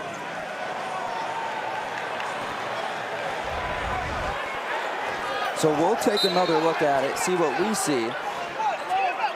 And right there, it looked like Jones did get a hand on it, to me, Tyler. Yeah, it looked like it might have just hit one of his right fingers right there when he had that hand stuck up in the air trying to just get in the lane. So they don't even go to the scorer's table to review it. They reverse it right away.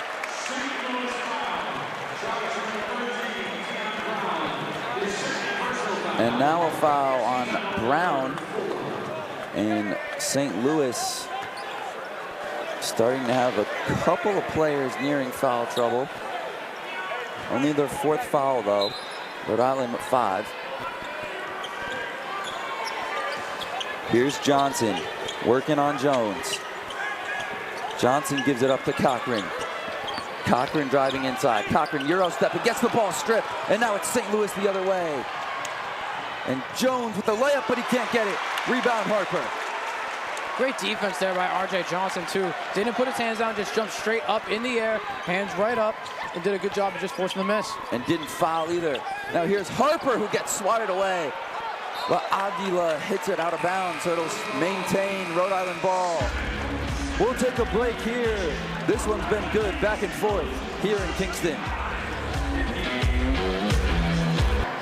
Welcome back inside the Ryan Center. Ryan McKenna joined alongside Tyler Pinheiro as we welcome you back.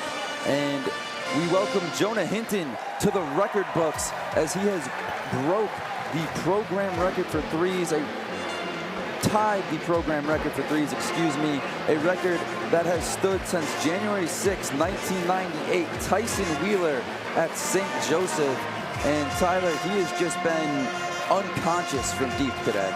He's been simply automatic, and here it is, the one to get in the history books. A bomb from way downtown. He was just able to knock it down so effortlessly. Hinton has been unstoppable all night, Ryan. I'm not even sure if he's hit the rim on any of those 9 threes. It looks like he's drained just about all of them.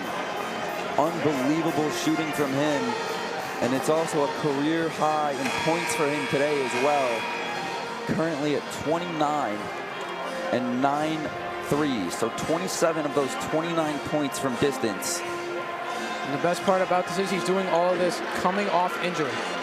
Jonah Hinton, you mentioned, Tyler, those extra couple of days of rest, maybe feeling extra good today, got a couple of days to rest up. And the Billikens in a bit of a scoring drought here. No points in the last 2.5 minutes. Now here's Hinton with it. Johnson puts it up. Tough shot. Can't get it. And rebound Avila.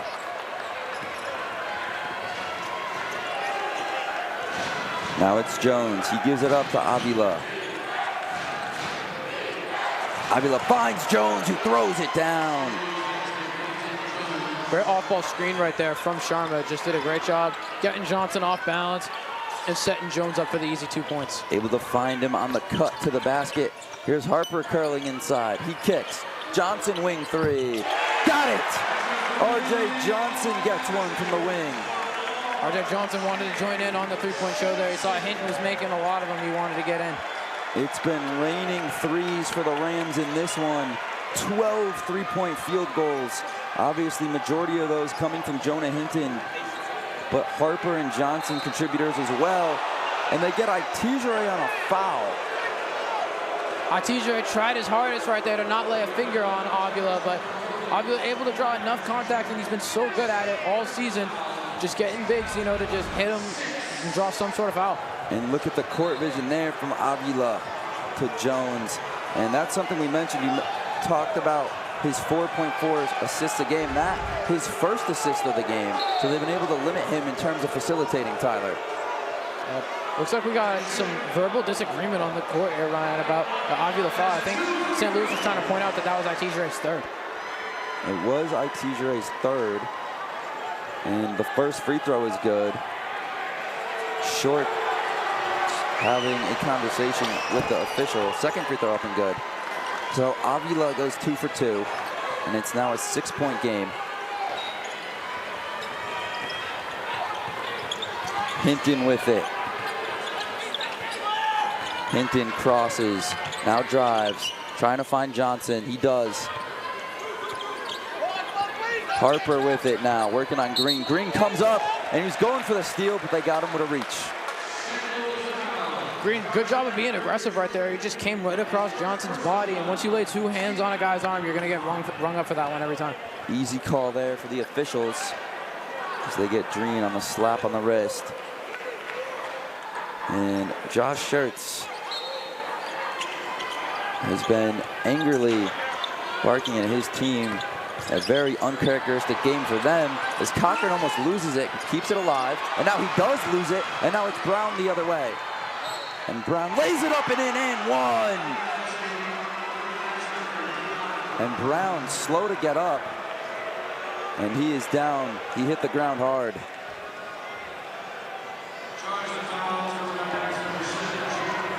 His teammates helping him up here. Take another look at it here. So Cochran gets it stripped, and then Brown takes the layup on the other end, goes coast to coast with it. And just a bit of an awkward landing there, fell hard. A great job by him to finish through that contact, and he slammed right into the padding under the basket. But little shaken up, but looks to be okay. He'll shoot the free throw. And he misses it, and rebounded by Itijere. So Brown unable to complete the 3-point play there. So it'll remain a 4-point game. Here's Johnson curling inside on Jones. Johnson trying to find a shot, and he loses the ball, so it'll be a turnover. It'll be Billiken basketball. Johnson just had a tough time with the defense right there. It looked like he had his eyes peeled all over the court, looking for the open man, just couldn't find anything, just ran out of space. So Cochran comes out. So now the 5 out there for Rhode Island is Johnson, Corey, Itijere, Harper, and Hinton. Going with a very guard-heavy lineup down the stretch here. Avila gives it up. Green, 3 on the way. Got it! Trey Green from downtown. And we have a 1-point game. Great play call right there from Coach Schertz to get the off-ball screen moving. And Green, he's your team leader in three-pointers made. So that's the guy you want getting that shot. Johnson gives it up to Itijere, and he gets fouled. Itijere didn't even get a chance to put that ball anywhere near the rim. Take another look at the 3 here, set up by the screen from Sharma. And Trey Green, he's going to hit that all day long. 47% from 3 on the season for him. And plays like that, Ryan, are what makes St. Louis so good. They're so good at moving off the ball, setting up their teammates to get open shots, and that's why they're such a good assist team as well. And Itijere hits the first free throw. And the Rams have been shooting it well from the charity stripe so far in this one, Tyler. 12 for 14. Now 13 for 15 after that make.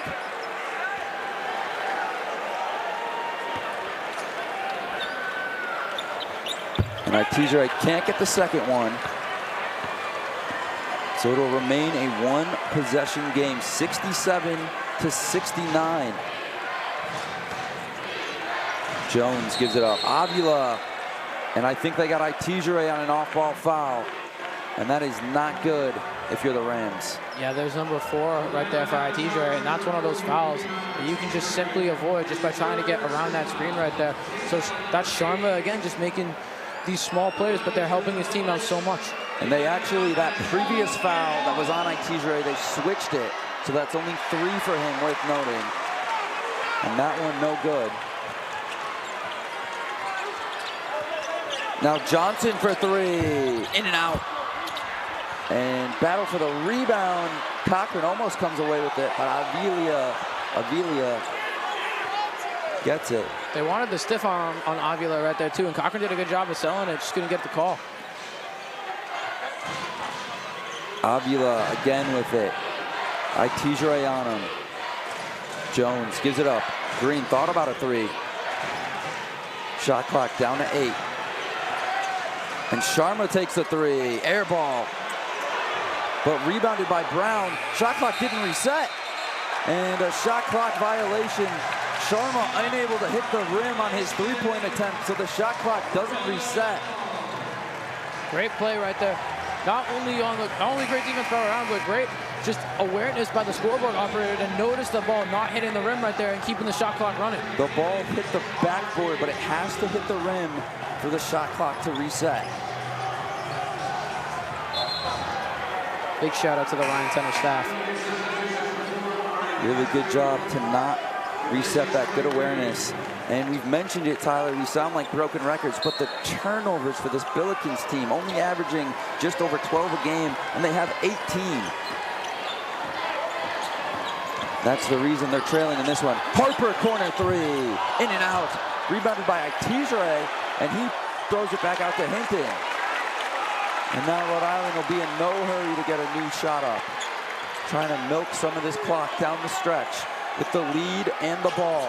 Screen from Itijere. Cochran drives inside, throws it up, and one! Tyler Cochran! Unbelievable hang time in the air. How did he get that one to fall? I can't believe what I just saw right there, Ryan. Unbelievable body control there by Tyler Cochran to not only get that shot up, but you can see he gets past Sharma, gets knocked out of the air, and just throws it up with the left hand, and the prayer is answered. Cochran hasn't had a great game all night. That's just his second make. And you look at Sharma there, he throws his arms up and is like, what am I supposed to do about that? I played it perfectly. And Cochran completes the three-point play. That is one of the most unbelievable and ones I've seen in a long time, Tyler.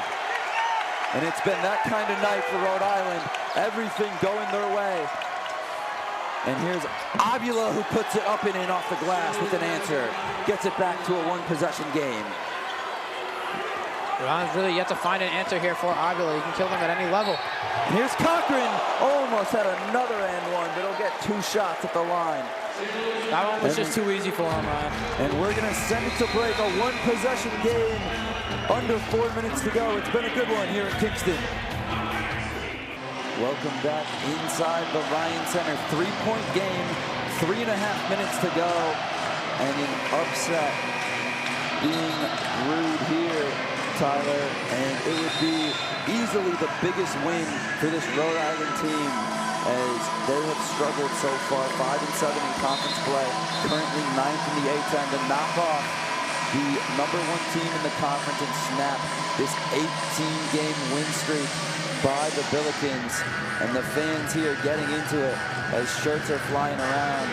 Everyone's ready to go, trying to cheer the Rams on to a home victory here. Yeah, Ryan, it would certainly be that momentum boost you're looking for if you're Rhode Island, coming off of 2 hard losses, both within 5 points. So if you can knock off the #1 team, that should give you so much confidence going into the rest of this regular season. Cochran first free throw up and good. So now a 2-possession game. That's a big free throw.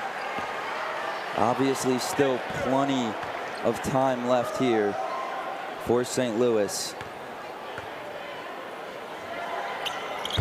And Cochran can't get the second one, so he goes 1 for 2 at the line. And now it'll be Green bringing it up for the Billikens. Avila, Itijere on him closely. And a steal, but they got him with a foul. Cochran thought he had a clean steal.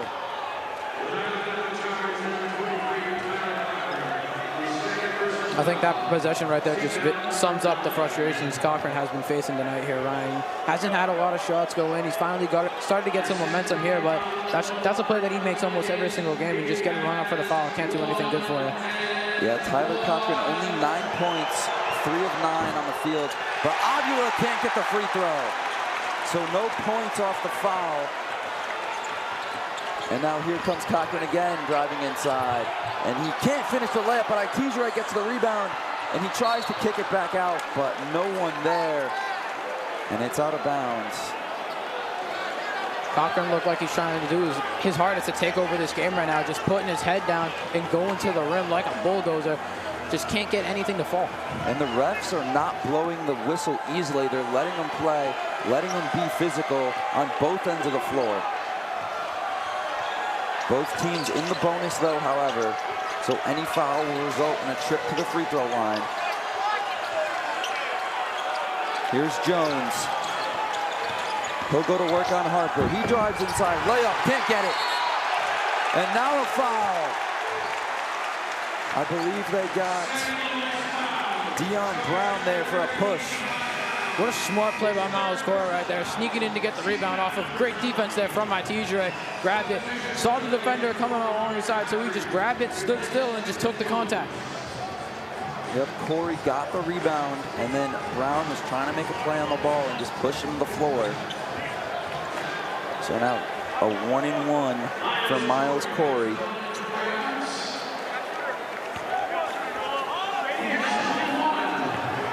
.73% free throw shooter on the season. Gets the first one. So now a 5-point Rhode Island lead with just under 3 to play here. And he stays perfect on the line for the night. 7 for 7 from the charity stripe, Miles Corey. Ryan, this building is starting to really feel it. You see the crowd coming to their feet, trying to cheer on this Rams team to get the upset. Green with a 3. No good. Rebounded by Harper. And the excitement building. Cochran, Hinton almost gets a backcourt, but keeps his feet in front of the line. Hinton, Brown, one-on-one. Hinton crosses, creates separation. He'll give it up to Corey. Corey, baseline. And they got him with a push. They got him with an arm. Corey got pushed out of bounds, so more free throws coming up from Miles Corey. Rams are doing such a good job of really just playing out the end of this game right now, Ryan. They're not going fast anymore. They know they have the lead, and they're just thinking about time and score. We're up by 6 points. We don't need to put up a shot that quickly. So they're burning time off the shot clock and just getting this clock down as quick as they can. Corey, first free throw is good. Rhode Island also now worth noting in the double bonus. So now any foul, an automatic 2 shots. Rhode Island with a 7-point lead now, 3 possessions. That's a huge free throw from Corey to make it 3 possessions. And now that free throw's up and good. So Corey stays perfect from the line. And this is Rhode Island's largest lead of the game. 8 points, 2 minutes to go. Avila, 3, dagger. Robbie Avila with a silencer. Avila really able to keep the crowd quiet on that one round. We saw almost everyone in the building was standing up, making so much noise, but Avila didn't feel the pressure. A much needed 3 by Avila to get it back to a 5-point game. So now the Billikens trailing by 5, under 2 minutes to go. Take another look at it here. The kick, and then right back to Avila. And that left wing, that's where Jonah Hinton was hitting all those threes in the first half, Tyler. Something about that spot tonight.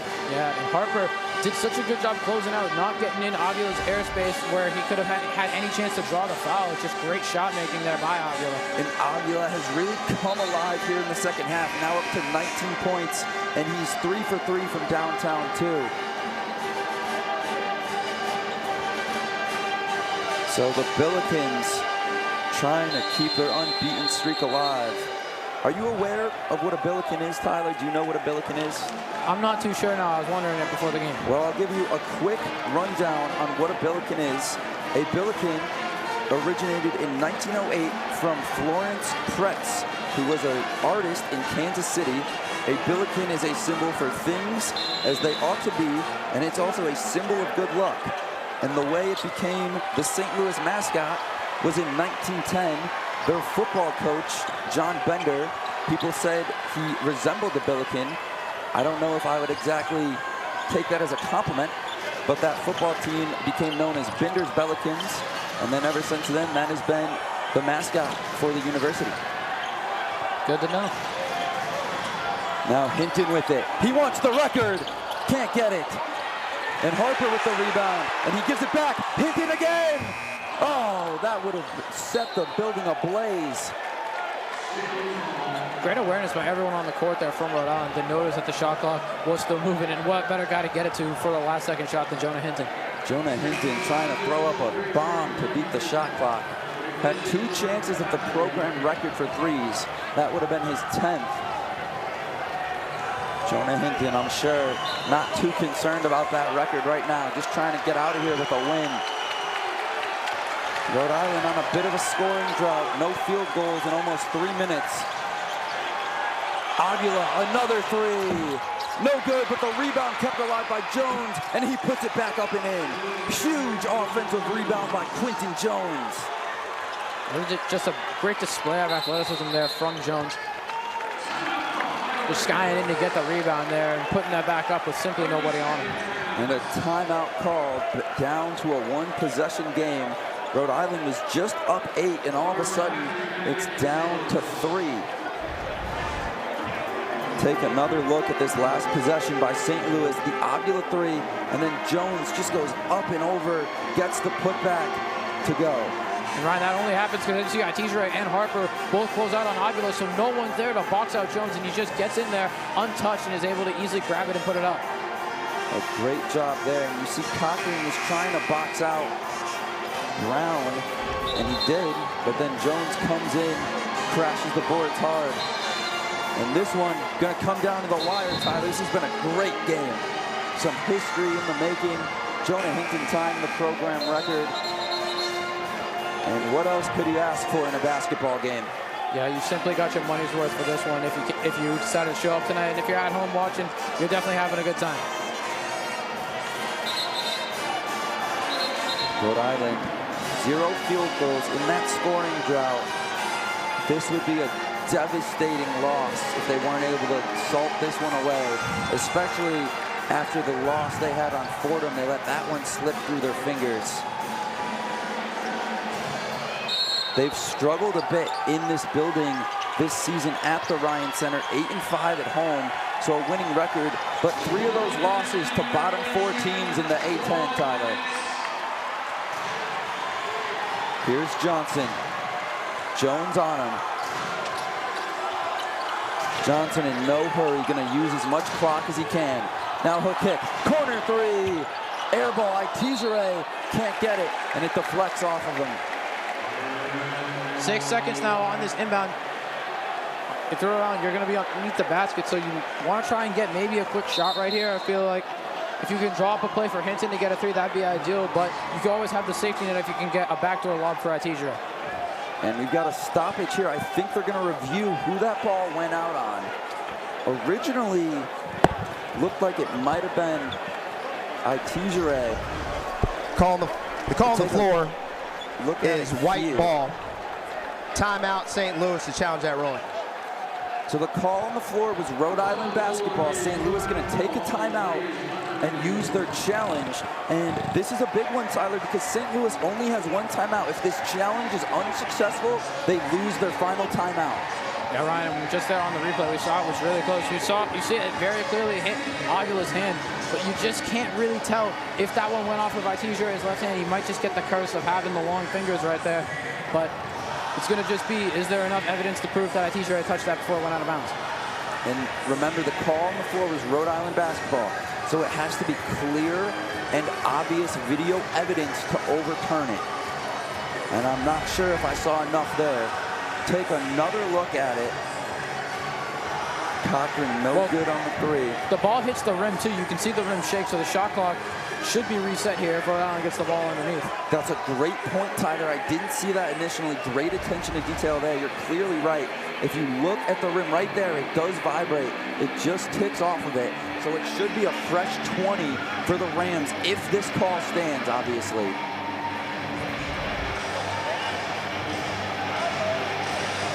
St. Louis trying to will their way out of this deficit and leave here with a win, or at the very least bring this game to overtime.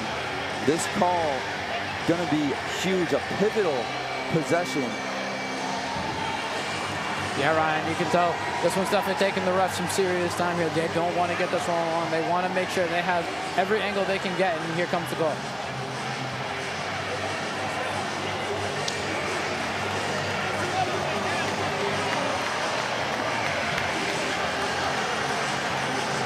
After review, St. Louis's challenge is successful. It is their ball on the baseline, 30 seconds on the shot clock. So we just heard from the referee there, the challenge is successful. So the call on the floor is overturned. St. Louis basketball, they keep their challenge and they keep that final timeout. Yeah, so it does look like Artizere got the curse of having the long fingers right there. That one barely, might have just gone off the fingertips. So now St. Louis with a chance to tie it. They don't need a three, obviously. And another key detail, Ryan, is St. Louis still has that extra timeout now. And if you're St. Louis here, you want to try and score relatively quickly, because if you score under 30 seconds, the shot clock gets turned off. And without a three, you're going to have to play the foul game. And Rhode Island shot it well at the stripe so far. And Cochran gets a steal. It's tipped, so no backcourt. Under 30 seconds, gets it down low to Avila, who lays it up and in. 29.5, so shot clock is turned off. And Josh Schertz going to use his final timeout here. Ryan, they're just a half second away of making that sort of 2-for-1 possession work right there. Just leaving 29.5 seconds on the clock, so now Rhode Island not going to have to worry about the shot clock expiring here, so you got to assume St. Louis is going to foul if they can't get the steal. And you got to wonder how many seconds they're going to spend before they decide to foul. And also who Archie Miller is going to put out there to foul. Another look at the Avila bucket here. Just a great find from McCautry down low to the cutting Avila. And if you're Rhode Island there, well, you're okay with that. You give up a two, but the shot clock is turned off. And all you have to do is inbound the ball, not turn it over, hit some free throws, and you can get out of here with a win. Yeah, Ryan, especially if you're Rhode Island. If you're going to blitz with any two defenders, Artizere and Cochran are going to be the two guys you want. Artizere, easily your lengthiest defender out there, and Cochran, obviously your best defender when it comes to getting steals as he leads the team this year. And Rhode Island can kind of start to feel this one slipping away. A 7-0 run by the Billikens has brought them within one. Rhode Island had their largest lead of the game at 8 points in a three by Avila, and then the bucket there by Avila. And a putback by Jones, and all of a sudden, it is a one-point game. Ryan, as valuable as he is on defense, you have to assume Alex Crawford's not going to be in the game here for Rhode Island, because St. Louis can very easily just go find him and pull him and get him at the free throw line. Now, obviously, Rhode Island hits both free throws. That's still a one-possession game. So St. Louis can tie it with a three. But then if they tie it, Rhode Island will most likely get the final shot of the game with a chance to win it. So the five out there for the Rams is Corey, Cochran, Johnson, Hinton, and Artizere. Gets it in cleanly to Johnson. Now back to Corey. Corey brings it up the floor, and there's the foul. So Corey will go to the line for two huge free throws. Looking like that wasn't what St. Louis had intended right there, Ron. They wanted to let Corey get up the floor, but Corey just did such a great job of selling the foul there on Jones.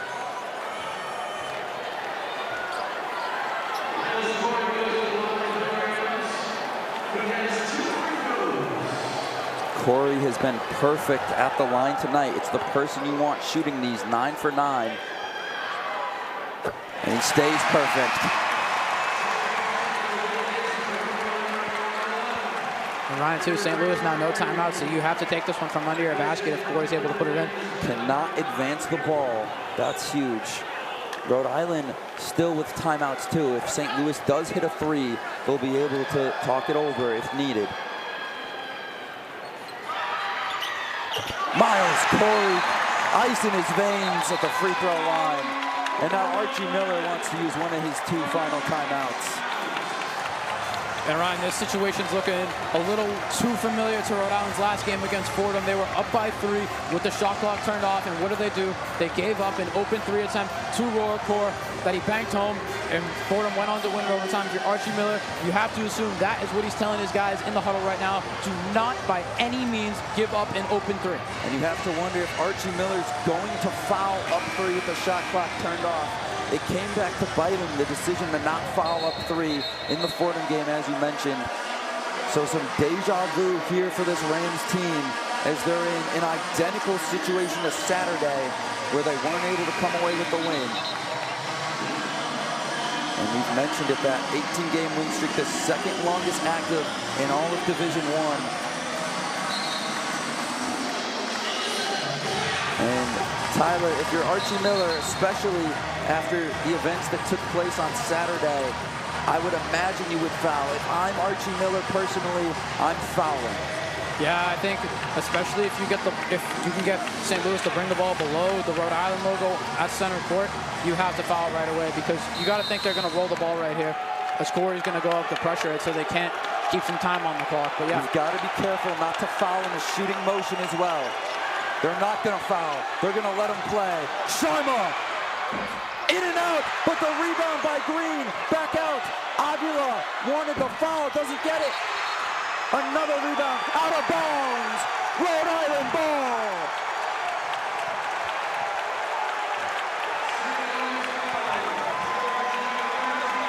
So, Ryan, so much just went down right there. Avila trying to plead his case to the ref. Looked like he just tried to jump into it. I believe that was R.J. Johnson that went over to contest him, and the ref saying you can't jump into a defender to get the foul on the 3. So now Rhode Island, a crucial stop right here, and now Tyler Cochran has a chance to seal the deal. So they called a foul before the ball went out of bounds. It was hard to hear the whistle over the deafening crowd of this Ryan Center, who has packed it in tonight, and they picked a good game to show out for it.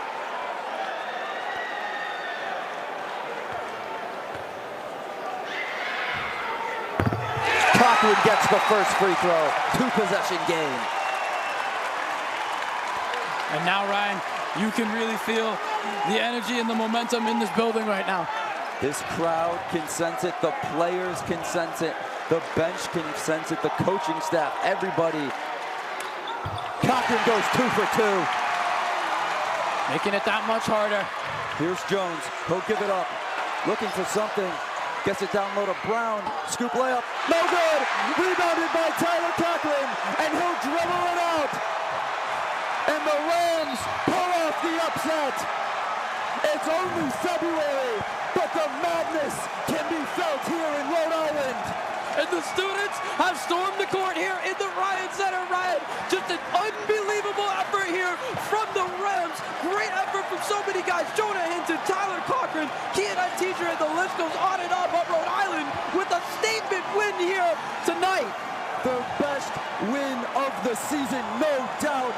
And the Billikens' 18-game win streak is snapped, and their perfect conference record is snapped. What a game, Tyler. What a game. Ryan, I am simply speechless right now. I mean, Rhode Island, they just played that so perfectly. All the guys just clicked so hard. Miles Corey had such a great game down the stretch. You have to give him so much credit, going perfect at the free throw line tonight. Your final score, Rhode Island 81, St. Louis 76. And the court storming and celebration ensues here in Kingston at the Ryan Center. Plenty to celebrate about tonight. What a game. Jonah Hinton ties the program record for threes. Miles Corey, a big contributor as well. Tyler Cochran with big free throws down the stretch. Ryan, you could just feel it when you stepped into the building. There was something in the air tonight. The building was rocking. The fans were here out supporting. They knew the stakes of tonight, how much this can have not only just on St. Louis, how much of an impact this can have on Rhode Island in the A-10 tournament. What a momentum boost this is for this Rams team, taking down the juggernaut that was the Billikens. Just an unbelievable game. You could sense it was going to be special right from the tip-off when Jonah Hinton was knocking down those 5 threes.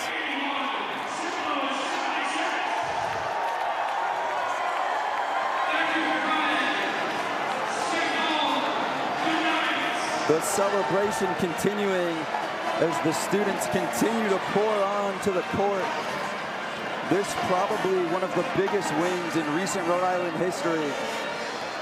Of course, they had that big win last season against Providence in this building, but none bigger than this one this season.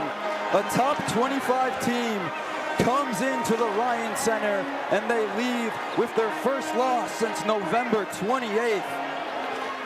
So for Jonathan Blair, Tyler Pinheiro, I'm Ryan McKenna saying so long from the Ryan Center, where the final score is Rhode Island 81, number 18 St. Louis 76. All games airing on ESPN networks are streaming live and archived on the ESPN app. This has been a presentation of ESPN.